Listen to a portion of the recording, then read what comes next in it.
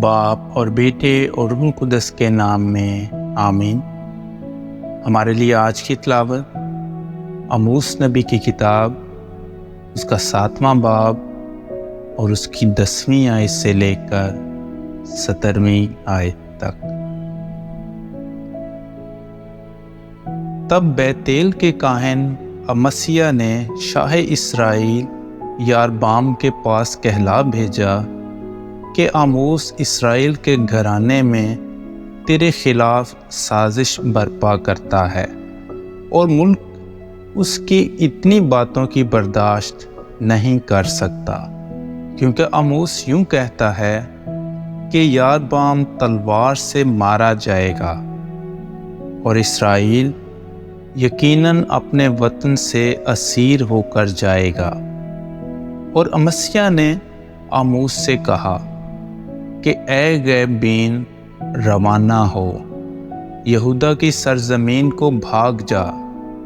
وہیں اپنی روٹی کھا اور وہیں نبوت کر، لیکن بیتیل میں پھر کبھی نبوت نہ کرنا، کیونکہ یہ بادشاہ کا مقدس اور سلطنت کا معبد ہے۔ اس پر آموس نے جواب میں امسیہ سے کہا کہ میں نہ نبی ہوں نہ نبی زاد، میں تو گلہ بان ہوں اور گولروں کا پالنے والا، پر خدا نے مجھے گلے کے پیچھے سے لے لیا، اور خداوند نے مجھ سے کہا کہ جا اور میری امت اسرائیل کے لیے نبوت کر۔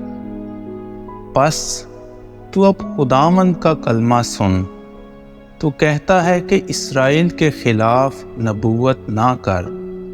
اور اسحاق کے گھرانے کی مخالفت میں